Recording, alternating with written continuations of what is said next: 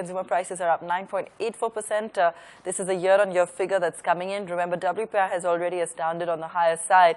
CPI also seems to be pretty high, but we'll get Saloni in a minute just to run us through the comparison there exactly with regards to what was expected. 9.84, Saloni.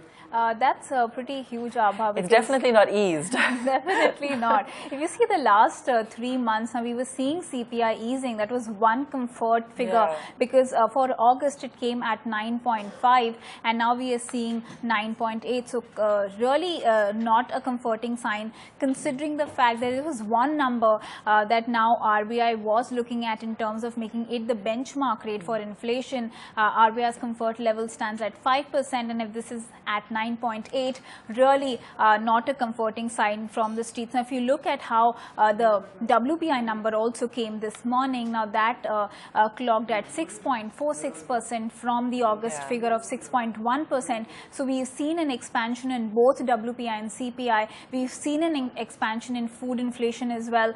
From the 18.2 figure, it came to 18.4. So we've seen a dramatic expansion of all of the key inflation data as we talk about.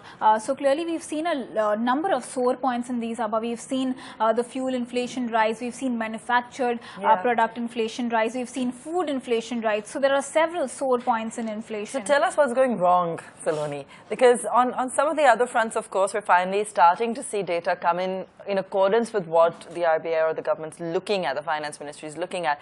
But when it comes to inflation, what's the sticking point? What is it that's really going wrong for them? But even if you see inflation, even if you see IIP, that was another shocker for the street. Right. So clearly going from the fact that what FM was saying that they will see improvement in farm products data, we saw IIP clock at 0.6% and we are seeing inflation, both WPI and CPI way above the comfortable threshold for RBI. Two sore factors as far as food inflation is concerned is both the onion prices and the cereal prices. We've seen that play a spoil sport. August figure, if you see core inflation, that was some sort of an easing point as far as the government was concerned. But of course, we are seeing again CPI inching up.